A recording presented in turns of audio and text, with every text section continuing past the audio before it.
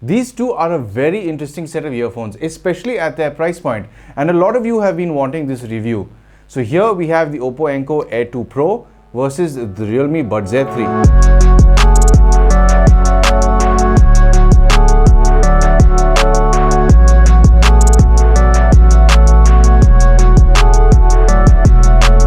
Hi guys and welcome back. If you would like to see these two earphones in-depth reviews, I'll leave their cards up here for you to click on and their links in the description below. Considering both these earphones hover around the 4K price bracket, I'd say they're quite amazing.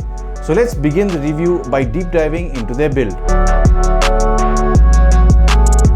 Both these earphones, specifically these two that I'm reviewing, have a glossy finish, but you can get them in different colors, and the Realme one does come in a matte finish with another variant. The glossy finished cases are bound to pick up scratches and scuffs over time. Both these sets are fairly new but have already got scratches on the rear side of their case, which will only get worse with time. The OPPO case has a sort of bubble effect on the top of its case, which can be missed on first glance, but does have its own charm when it comes to this design. A very strange move from OPPO was to put their branding on the rear hinge of this case, which seems like an afterthought compared to the Realme. The branding on the Realme stands proudly on top of the case and is quite tastefully done. It's only the Realme case that has a reset or sync button on it, making it easier to reset or sync with any new devices. To reset the OPPO, you need to press and hold the touch areas on both earphones for 15 seconds until you hear a beep from the buds. To pair, you just open the case and look for them on your Bluetooth enabled device and setup. The Realme has a spring-loaded hinge and the OPPO doesn't, which contributes to how these two sound when they're closed. The Realme has a snappier clamping sound than the OPPO,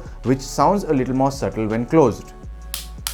When taking either of these earphones out, I find the Realme ones tend to feel rather slippery. I've never been able to take them out the way you'd expect them to come out, so I just reach for the silicone ear tips and pull them out. The OPPOs, on the other hand, are laid out slightly differently, making them easier to pull out and use quicker. Both these brands' earphones have a glossy finish, but the Realmes have a matte finished stem, which looks metallic, giving these a much classier look. It also has a slightly shorter stem, making it seem a little more compact. Both of these have a slightly large housing for their drivers, making their left earphone seem a bit too large for me. Their ear tips are quite comfortable when being worn, and the OPPO has an interesting design for these. They've got a little mesh on the inside, unlike the Realme. I think this would help prevent any earwax from getting into the mesh of the earphones. It's a good design for long-term use. Both sets have a touch area on the upper part of the earphone, but the OPPO has a slight recess so you can feel where you're supposed to tap and interact with the earphones. They both function well and are easy to use without any hiccups.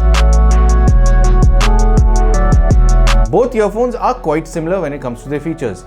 They come with USB-C charging, ANC, ENC, Bluetooth version 5.2, and even multi-device pairing. But there is a key difference between the two. The OPPO can connect to a primary device and then switch over to the secondary device when you press and hold the touch area to switch over. Very similar to what the OnePlus Buds Z2 do, but I've had a very glitchy experience with this working flawlessly and wouldn't say it's good at doing this. The Realme, on the other hand, connect to two devices simultaneously, making switching between devices as simple as putting one device down and engaging with the other immediately. No drama, no fuss. It just works. The only issue I've had with it is that I can't interact with my secondary device without it making my primary device keep pausing the audio I'm consuming from it. So I only use my devices one at a time and not at the same time when I'm using these earphones. The OPPO can be controlled via the Hey Melody app, whereas the Realme has its own independent app. Both these apps have EQ modes, which I'll talk about in the sound chapter, and they also have game modes to decrease latency while gaming or watching movies. OPPO claims they bring down the latency to 94 milliseconds, whereas Realme claims they bring the latency of their buds down to 88 milliseconds. All touch controls on both sets of earphones can be customized via their apps, and the one thing I really like about the OPPO is that it does in fact have a volume control option with the touch controls, which I like to use so I don't have to interact with my phone for volume. The Realme has strong and mild setting for the ANC, whereas the OPPO only has one standard mode.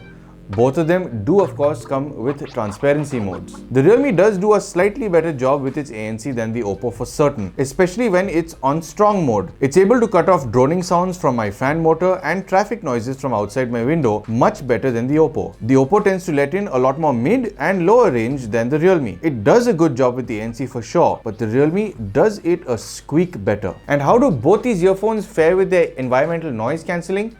There's really only one way to find out. So I'm standing at the usual busy street where I normally do a lot of these call tests from. So it gives you a general idea of how well these earphones handle their ENC. Today in particular it is quite busy, so I'm not too sure how well these will do because these two only do have two microphones. So I'll switch over to the Realme Buds Air 3 right about now. And as I said, these two only have two microphones per earphone. So usually the higher end earphones come with about three mics per earphone, which usually makes the sound for your recipient that much clearer, that much or more audible, and it just makes the experience that much better. So what I'll do now is I'll switch over to the OPPO Enco Air 2 Pro right about now. And one thing to keep in mind is that I have made sure that both these earphones are on their latest firmware update. So this is the best quality you can get as of the day of recording this. And another thing to keep in mind is while talking to you guys on this specific recording, I've made sure that both earphones are specifically on their noise cancellation mode. So this is on the noise cancellation mode, whereas the Realme Buds Air was on the strong mode, which is the maximum available. And likewise for this, it's the maximum available. If you do want to see how these sound when you toggle between the noise cancelling and transparency and putting it off, I do have those recording samples on the in-depth videos alone. And of course, I do hope that these recordings have helped you in some way or the other to make some sort of purchase decision. And I will see you back at the studio.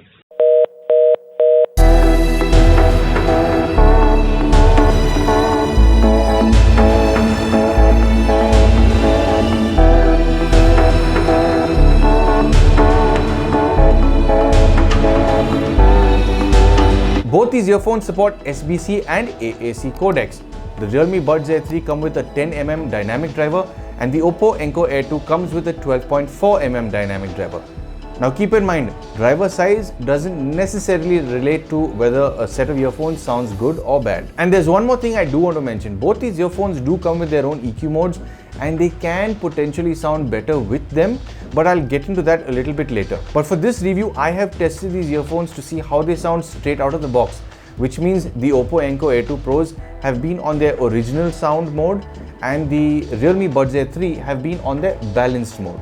On a volume front, both earphones do sound like they don't really amp too well, but thankfully there is a way to counter this with the EQ modes, which I will get into. But straight out of the box, you can listen to both of these earphones very comfortably at about 40 to 50% with their ANC on at maximum. You will have to amp them to about 65 or 70% to really enjoy them to their fullest, but they do tend to thin out at lower volumes. So if you're at about 20% or lower, the mids and bass does tend to thin out quite a lot. When it comes to their soundstage, I find that both of them stage very similarly, but it's the OPPOs that have a slightly wider presence. The Realme is kind of center focused, but they do give you the illusion sometimes of tones coming from slightly out of them. And yet again, both these earphones are very similarly matched when it comes to the imaging. Pulling certain nuances out of your audio that you're listening to are fairly easy with these earphones, and I find that quite surprising considering these cost as much as they do. The Realme does give the illusion of being a little sharper when it comes to the imaging because of how the high frequencies are tuned.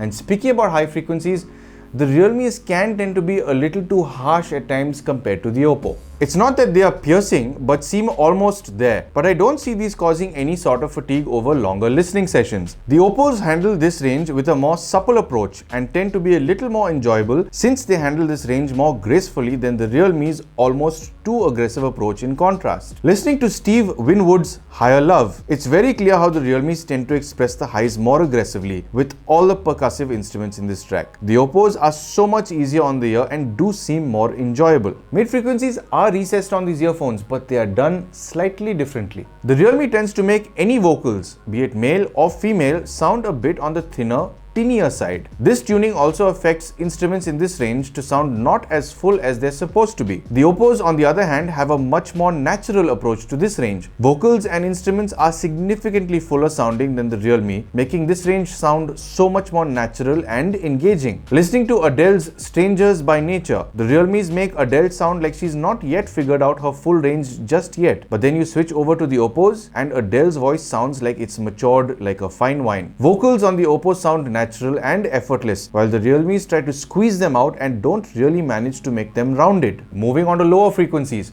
The Realmes are quite punchy in this range and can sound quite fun at times. In this range, they're ready to up and go like an adolescent boy to his girlfriend's house when her parents aren't home. These can be a bit on the boomy side for some people though, with some tracks. The OPPOs on the other hand are not as punchy in this range. They're more balanced than the Realmes and deliver this range with a little more composure and stay away from sounding as boomy. Listening to Shawn Mendes' Lost in Japan, which is quite upbeat and bass heavy, both earphones are fun to listen to, but the OPPOs have a really pleasant way of carrying itself compared to the Realmes here. So moving on to their EQ modes. Which EQs sound best for both of these earphones? The OPPO, once switched onto its bass boost EQ mode, tends to lose its amping issue and sounds fuller. This mode doesn't eat into its mids and highs and gets a lot more pump in the bass department, making them a lot more fun to listen to. The Realmes do have bass mode and bright mode, but I think these only make them sound worse. However, once you've switched on the volume enhancer mode while it's still on its balanced mode, the amping issue disappears and these earphones almost take on a separate form altogether when it comes to their sound. So once these earphones are in these respective modes, the Realmes get significantly louder.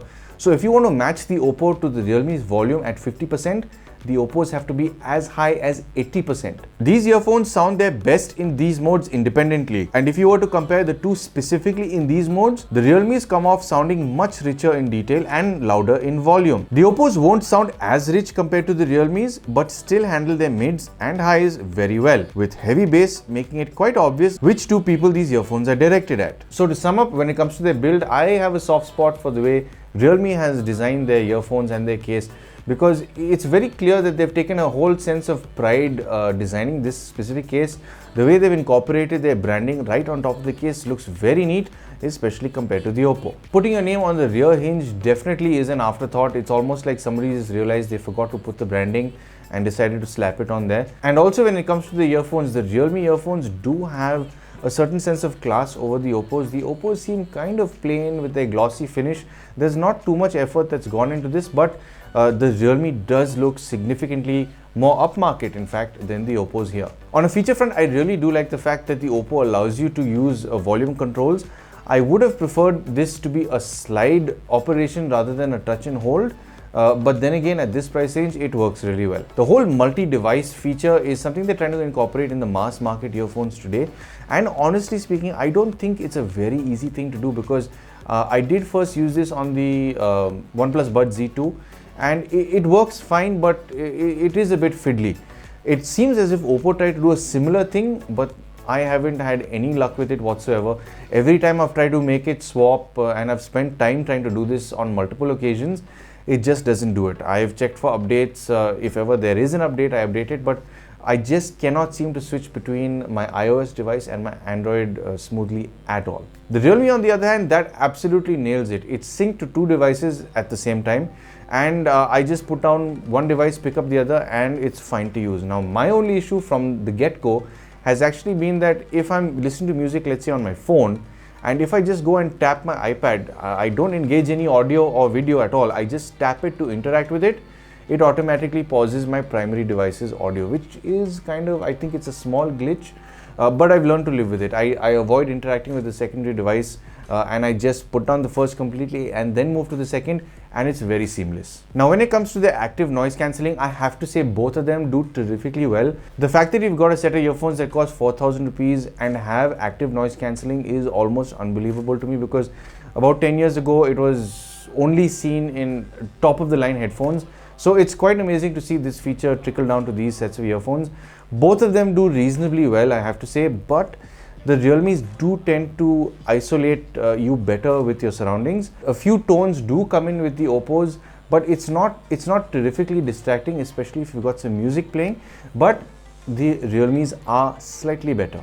And when it comes to their call quality, now you've heard the demos. I think it's best if you decide what's better for your recipient. I think the call demo should give you a good idea of how this will sound to your recipient. You can consider this audio to be very similar to how your recipient will hear you if you're using any online social platforms or if you're using any office meeting softwares. Give the demo a listen if you haven't already, and I do hope this genuinely helps you. And of course, do let me know what you think about both of their sound samples in the comments below. Now, on a sound front, it's pretty clear who these earphones are targeted at. If you want a crisper, richer sound with a stronger, tighter delivery, the Realmes are most probably for you. But if you prefer slightly more natural tones, the OPPO is the way to go. If you do listen to both these earphones back to back, they surprisingly sound terrifically similar. You do have to sit down and actually spend some time to realize where these different nuances lie.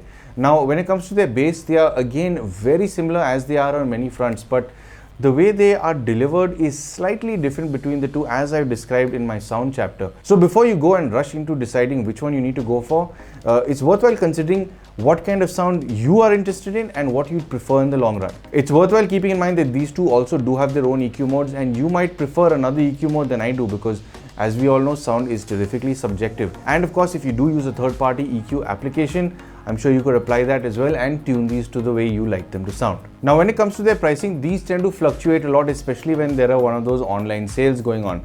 But the Realme's and these do tend to hover around the 4,000 rupee mark. Now, one thing I noticed on Flipkart, at least during the time of recording this video, the Realme's are going for about 3,999, but the OPPO's on Flipkart are going at 4,999, which doesn't make any sense to me.